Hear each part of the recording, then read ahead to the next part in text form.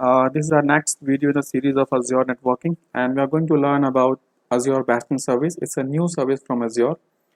In this video, we are going to discuss what Azure Bastion service is, and then we will see the architecture as well as the setup which I'm going to use for this demonstration.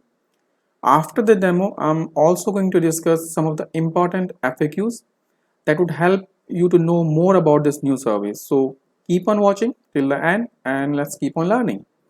So guys, first of all, what is Azure Bastion Service? It's a new fully platform managed or PaaS service that you provision inside your VNet or virtual network. Okay, that's fine. But what is the use of this service? It helps you to secure your RDP or SSH access, as the case may be, to your virtual machines in Azure.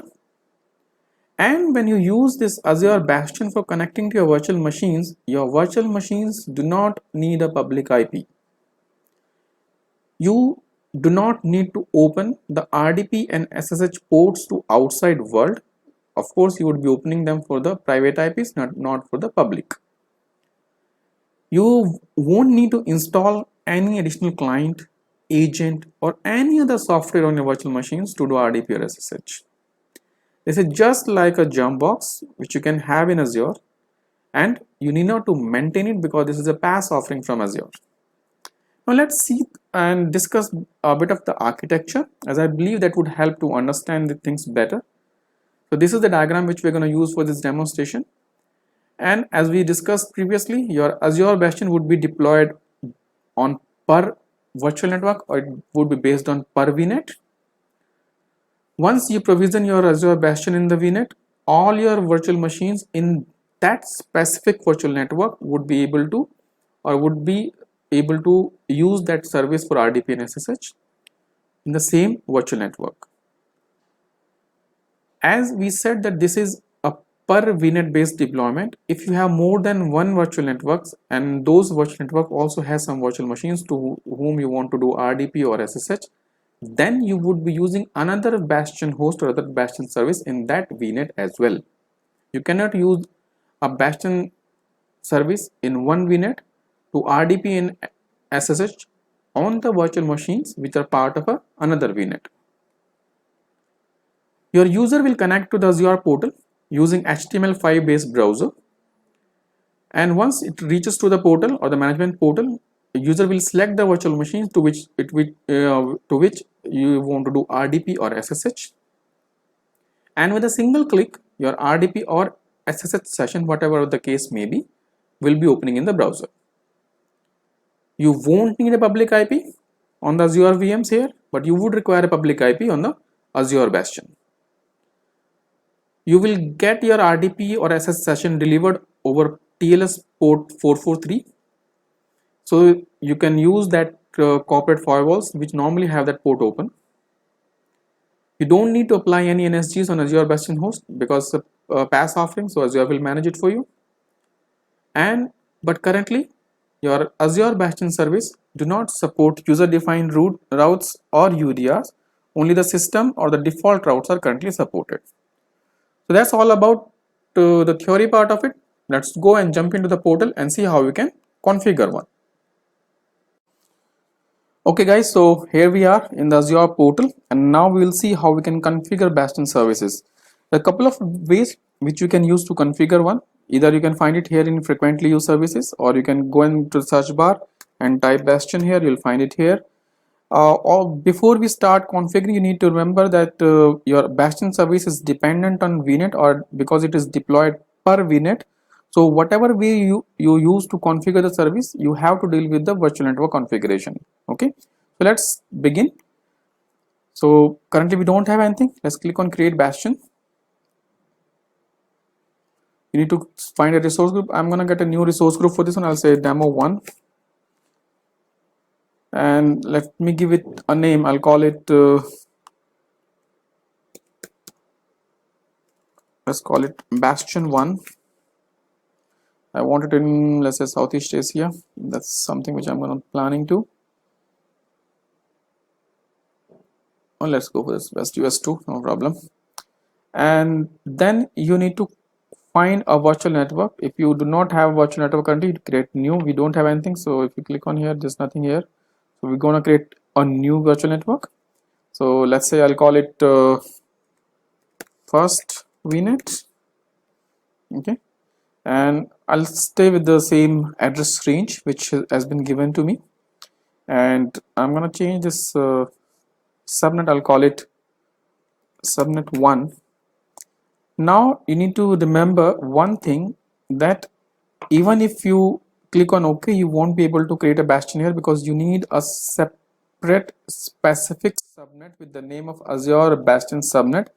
Then only you can do that. If I click on OK here, you see I can still not do this. It says to associate a virtual network with a bastion, it must contain a subnet with name Azure Bastion subnet with prefix of at least 27. So see, I cannot select that one. What I need this Azure Bastion Bastion subnet. So let's click on here. This is my first VNet. This is my subnet. Let's put an Azure Bastion subnet. The name should remain same. I'm emphasizing it again and again. You need the same name here. It should be Azure Bastion subnet, and it should have at least an IP range of, the subnet mask of at least 27 or 26. So let's go to 0.0.0 slash go for 27. Okay, this overlaps. Let's change it, make it 25.0 slash 27. I think it should not overlap, right? So this is fine, and click on OK.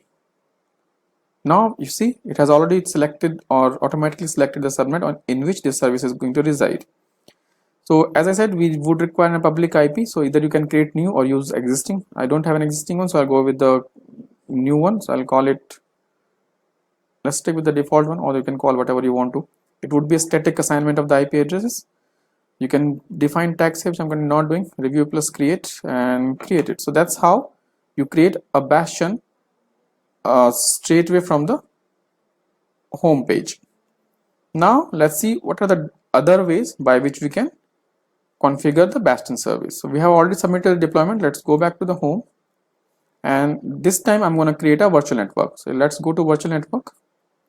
Currently we don't have anything. Let's go click virtual, create virtual network. I'm going to use the same resource group, the demo 1, and let's give this name. The name of this virtual network would be, let's say I call it VM subnet, or let's say I'll call it Bastion demo VNet, and let's it be at West US 2. Now the IP addressing, I'm going to use 10.1.0, whatever the default has been given to me. I'm going to use this, change this name, and I'm going to change it to VM subnet, because this is the subnet which I'm going to use to host my virtual machines in this subnet. And I'll create another, and this time I'm not creating that Azure Bastion subnet right now here. I'm just doing those regular stuff while creating your virtual network. Now next you click on security, and here it will ask whether you want to have a Bastion host or not. If you enable it, it will give you a chance to configure one. So although we had one in the previous VNet, but now we want a new one because this is a different VNet. So I'll call it Bastion 2, and this is a subnet address which you need to specify. So 10.1. I think it was 255.0 slash 27. Will it take it? Okay, it says 26, right? Let's create a new public IP also. I'll call it Bastion IP2. Everything else would remain default because already grayed out. I cannot change it. So that's it. So if you give the name, select your IP address range for your Bastion subnet, and you can see here the name is already given as your Bastion subnet and the public IP. Click on tags, review plus create, and that's it. So now in this wizard we have we will end up creating not only VNet but a subnet for my virtual machines, as well as a subnet for Bastion service and the Bastion host. Now the deployment is in progress. So it will take some time. I'll pause the video here and come back once it is ready. And now as our Bastion service is ready, let's quickly create a virtual machine to deploy in the subnet and check the whether we can do the RDP and SSH. And now we can use the Bastion service here. Click on the resource group and give it the name. Let's call it Win VM 1 West US 2. Nothing is needed here. I'm going to go for the Windows 2016 and change the sizing. Give it a username. I'm going to stick with the az-user. Let me have the password.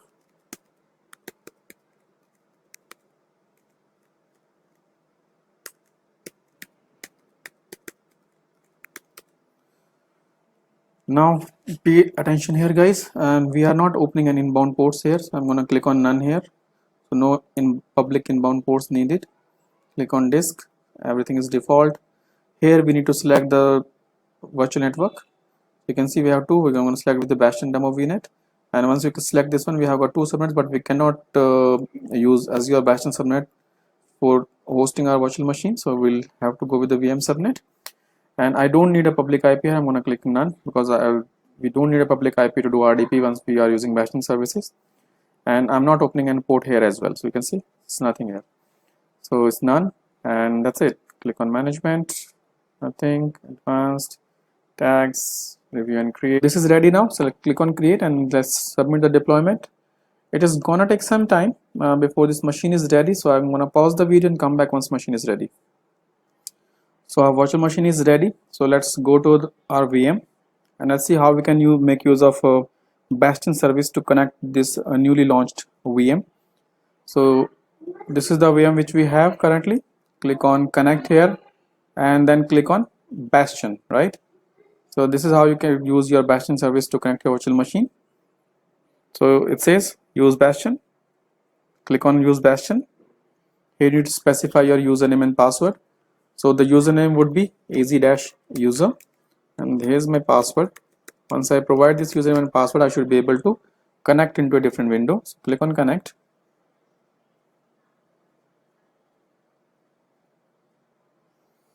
It will ask for certain permissions. You can see it's trying to connect. I'll say allow and see, voila, we are able to log in to our Windows virtual machine through this browser, right? So it's going to take some time because I used a VM with a very small sizing. So we are ready, so click on yes. See, we can do the RDP. So this is all about your Azure Bastion service. Now let's see and try to answer certain frequently asked questions. So here we are. So these are the FAQs that normally people ask. So whether you need a public IP, we have been saying it. No, you don't need a public IP. At this time, IP version 6 is not supported. You don't need an RDP or SSH client to access or to perform that RDP or SSH on your Azure VM. You can use Azure portal to access your VM. You do not need to install any agent or software on your browser or your virtual machines. It's an agentless service. Very frequently asked question is how many concurrent RDP and SSH sessions. So you can have 25 RDP sessions, concurrent RDP sessions, and you can have up to 50 SSH sessions. Basically, it depends upon other ongoing sessions. And what features are supported in RDP? You can, at this point of time, you can only text copy and paste is supported, file copy is not supported. And the browsers which are supported are Microsoft Edge or Google Chrome for Windows, Google Chrome for Apple Mac, and Microsoft Edge Chromium for Windows and Mac both. So your Azure Bastion require an RDS CAL? No, it does not require RDS or CAL to access your Windows Server virtual machine if you are using only for the administrative purposes. If you get this kind of a message that your session has expired, so you can initiate a session from the Azure portal, or make sure that you are not going directly to the URL, you are connecting to the Bastion service from the Azure portal itself. That's it, guys. That's it for the day. Thanks for watching.